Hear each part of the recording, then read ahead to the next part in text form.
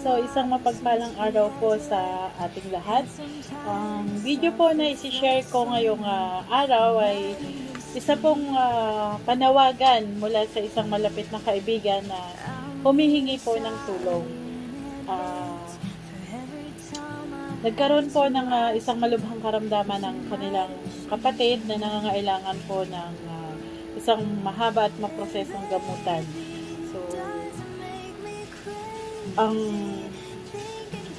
kapatid po nila ay dinala sa mga pampublikong gamutan pero hindi po sila tinanggap dahil baka daw po mahawa itong kanilang kapatid sa mga ibang may sakit na nasa hospitals. Medyo delikado na po kasi siya na isama sa mga pasyente na may malala ding karamdaman. So, sinubukan po nilang dalhin sa mga pribadong paggamutan. Unfortunately po, 3 hospital na po yung kanilang napuntahan, private. Hindi po sila tinanggap. Tumanggi po ang hospital na simula ng gamutan hanggat hindi po maipoprovide ng magkakapatid yung halaga ng deposito na hihiningi po ng hospital. So, guys, bilang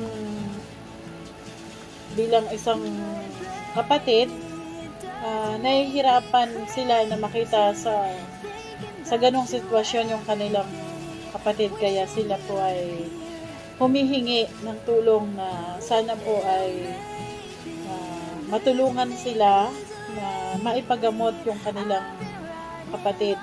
Humihingi po sila sa atin ng tulong pinansyal para po masimulan yung nawalan din po kasi guys ng trabaho yung kapatid na nangangalaga sa kanya dahil sa pandemya, and at the same time po nahihirapan din po siya makahanap ng mapapasukan sa ngayon kasi po ay isa din siyang PWD.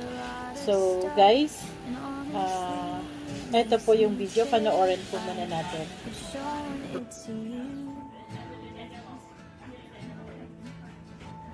But my best friend always says that if you're right for me, you'll never leave. I'm hoping that's true. So baby, it doesn't make me crazy thinking about you every day, wishing you'd appear.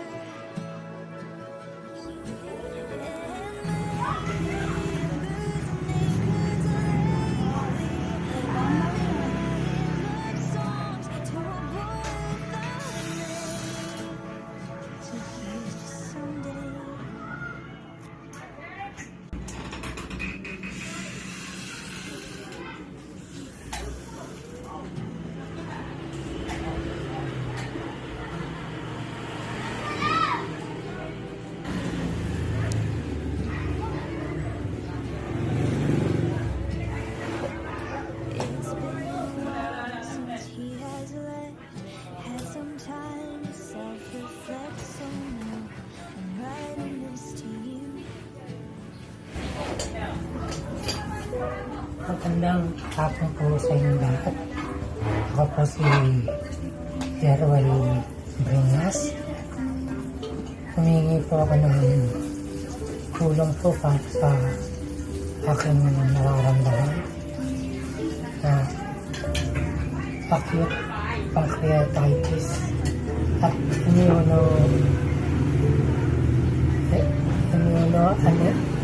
anemia. Sapagkat wala po kami sapat na kakayahan po upang tumanan ang aming mga gastusin. Kaya po lubos po kami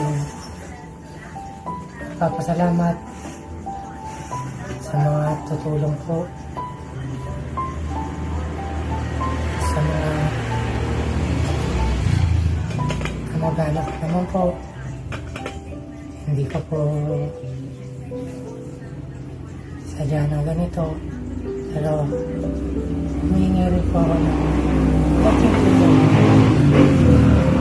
Gusto ko pong umaling, makapagtrabaho,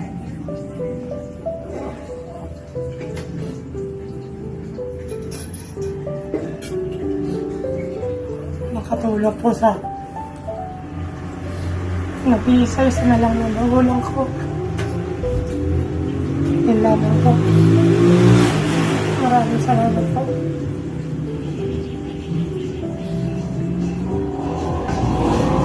Nakasama po niya. Nawa po na kapag napanood niyo po itong video na to, nawa po na matulungan niyo po kami sa pangangailangan niya dahil nga po hindi po namin siya ipasok sa ospital dahil nga po wala po kami kakayahan para mapagawa siya. Gusto ko po mapapapulong po niya. Alam ko po marami pa po siyang mga pangarap pa rin. Alam ko po marami pa po mga tao kailangan din po sa kanya. Dahil nga po, madami rin po siyang natutulungan mga tao. Kaya nawa po na.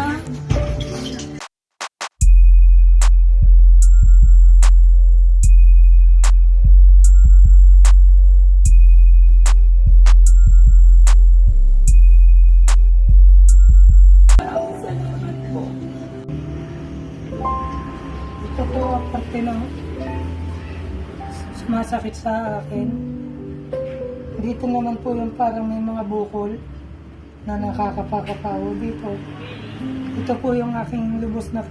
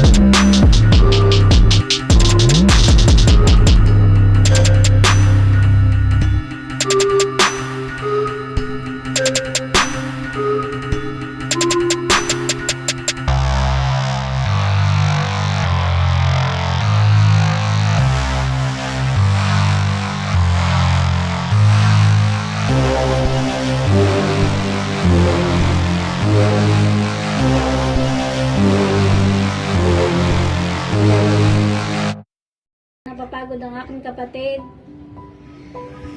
Sa private naman po, hindi rin po kami mapagbigyan dahil po nangangailangan din po ng malaking halaga. Sa pagpasok pa lang po namin, yun na po agad ang tinatanong ko.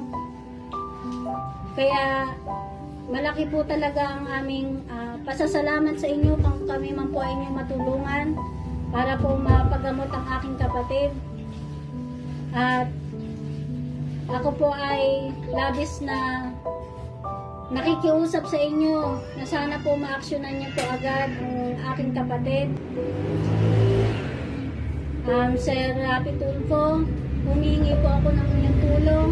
Sana po mabigyan niyo rin po ng pansin ang aming kapatid.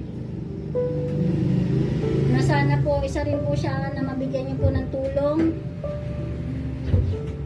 At sa lahat po ng mga may mabubuting kalooban sa inyo, lubos na po ako nagpapasalamat sa inyo ng advance. At sana po matugunan po ito sa lalong madaling panahon po.